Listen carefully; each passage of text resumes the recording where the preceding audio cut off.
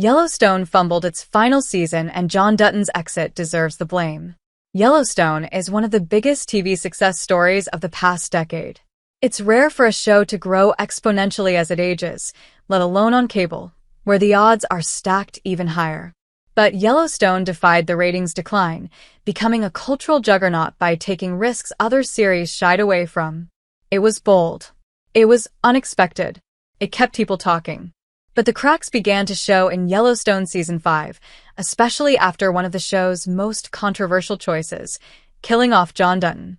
Yellowstone had many opportunities to end John's arc well. The move didn't come out of nowhere. Rumors of tension between Kevin Costner and Yellowstone overlord Taylor Sheridan had swirled for months. Still, it was shocking to see the Dutton family patriarch die off-screen, a limp exit for a character who defined the show.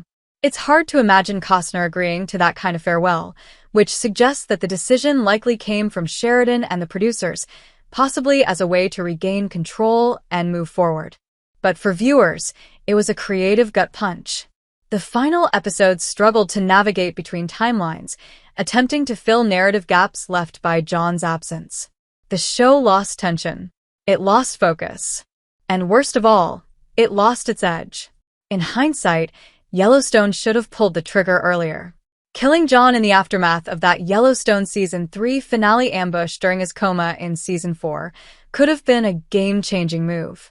It would have forced the series to evolve naturally, giving it time to breathe in a post-John world, instead of scrambling to pivot in its final stretch. The series could have survived longer. Yes, John Dutton was the show's anchor.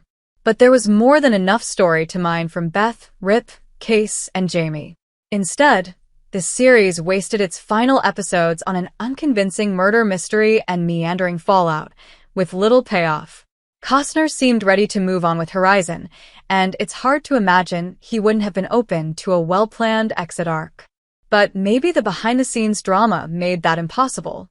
Had the show been allowed to live in the consequences of John's death, instead of dodging them until it was too late, it might have gone out with the kind of fire and fury that made it a phenomenon in the first place.